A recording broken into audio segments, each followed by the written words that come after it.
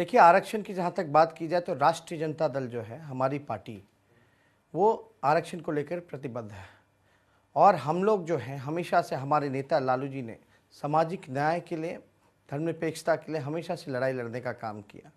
जो सामाजिक न्याय, सोशल जस्टिस की अगर बात की जाए, हम लोगों का ये मानना है कि जो अंतिम पैदान पे जो खरा परिवार जो है, जो व्यक्ति जो है, वह मुख्य धारा में आए, उसको रिप्रेजेंटेशन मिले, उसको मान और सम्मान मिले। 90 के बाद अगर आपने देखा होगा, लालू जी के मुख्यमंत्री बनने के बाद ये दौर था जहाँ सिर्फ और सिर्फ पिछड़ों को, दलितों को, आदिवासियों को सिर्फ और सिर्फ बेइज्जत किया जाता था, गुलाम बना करके रखा जाता था। जो कहा जाता था कि सिर्फ गाय भैंस चराने का काम करो, तुमको शिक्षा का कोई अधिकार नहीं है, तुमको रोजगार, सरकारी नौकरियों में कोई अधिकार नहीं है। जहाँ पॉलिटिकली भी आप देखिएगा तो जहाँ पार्टिसिपेशन की बात आए तो वहाँ कहीं ना कहीं से नकार दिया जाता था। तो जो दौर जो आया है, आप देखिएगा जो मोदी जी का, ये आज के दौर में हमारा संविधान खतरे में है, हमारा आरक्षण जो है खतरे में है। पिछले चुनाव में मोहन भागवत ने ये कहा था कि आरक्षण को समीक्षा करके समाप्त कर देना चाहिए। लालू जी ने क्या कहा था आप लोगों को याद है। अगर मोहन भागवत जी के मूंछ में इतना दम है तो ये आरक्षण को छू करके दिखाओ, ये बात लालू जी ने उस समय कहा था। लेकिन आपको पता है, लालू जी को साजिश के चलते इसीलिए भेज दिया गया जेल, ताकि ये चाहते थे अपने एजेंडे में जो नागपुरिया कानून है उसमें कामयाब हो सके। और आज जो इनकी चतुराई जो है, आज हम लोग सब लोग जो हैं इनके डिज़ाइन को, आरएसएस के एजेंडे को हम लोग समझने का काम कर रहे हैं। और राष्ट्रीय जनता दल सामाजिक न्याय की लड़ाई और आरक्षण की लड़ाई, संविधान बचाने की लड़ाई को मजबूती से लड़ाई लड़ने का काम करेगा।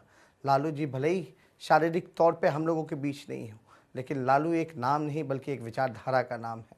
उस विचारधारा के साथ हम लोग आगे लड़ेंगे और इनके मंसूबों पर पानी फेरने का काम करेंगे। और आप देखिएगा किस चतुराई से मोहन भागवत ने शुरुआत की, आज मोदी जी और उनके बैठे हुए सभी कैबिनेट के साथी, सभी लोग इस साजिश में हैं कि पिछड़ों का, दलितों का, आदिवासियों का, अल्पसंख्यकों का हक मारने का काम किया जाए। इनका जो मैनिफेस्टो है, सो कॉल्ड जो संकल्प पत्र है, इसमें कहीं पिछड़ों का जिक्र नहीं, कहीं दलितों का जिक्र नहीं, कहीं अल्पसंख्यकों का जिक्र नहीं। तो आप समझिए, आरक्षण खत्म हो जाएगा तो आपको रोजगार नहीं मिलेगा, सरकारी नौकरियां खत्म हो जाएंगी। तो ये कहीं ना कहीं से जो मौजूदा सरकार है, ये दलित विरोधी, पिछड़े विरोधी और अल्पसंख्यक विरोधी लोग हैं। ये लोग चाहते हैं कि पूरी तरीके से धीरे धीरे जो है आरक्षण को समाप्त कर दिया जाए।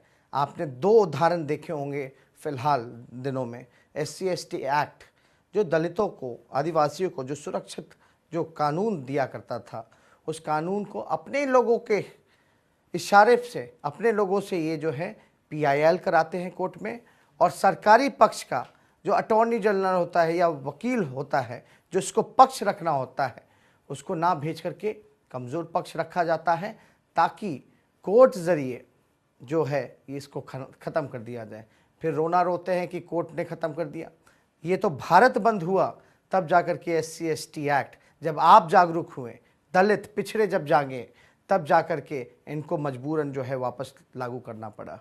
इसी हिसाब से आप देख लो, पिछड़ों की हकमारी की गई। जितने भी यूनिवर्सिटीज़ थे, 13 रोस्टर ला करके इन्होंने मतलब ऐसा बना दिया कि कोई पिछड़े का लड़का जो है वो प्रोफेसर नहीं बन सकता।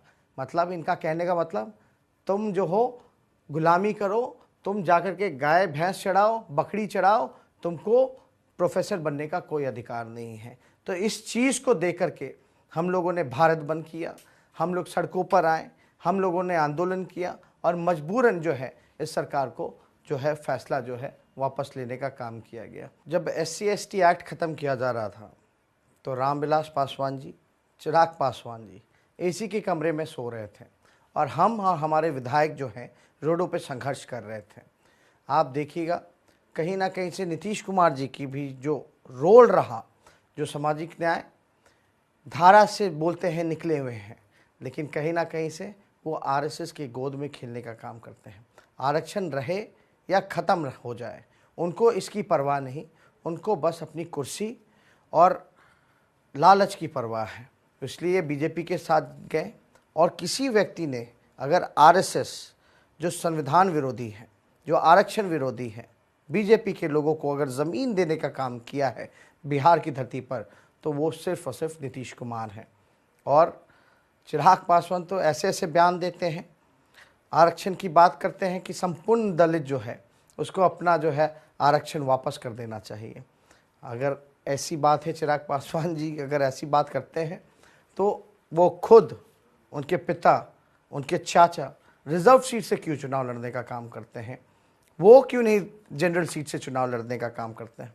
तो इसका जवाब उन लोगों को देना पड़ेगा। और सोशल जस्टिस में जितने लोग विश्वास करने वाले लोग हैं, कहीं ना कहीं से इस बात को देखते हुए कि रामविलास जी, नीतीश कुमार जी बीजेपी के हाथों खेलने का काम कर रहे हैं और उनके मुद्दों पर वो चुप्पी साधे हुए हैं, बल्कि उनके हाथों को मजबूत कर रहे हैं जो आरक्षण को ख़त्म कर रहे हैं, तो जनता इसका जवाब देगी।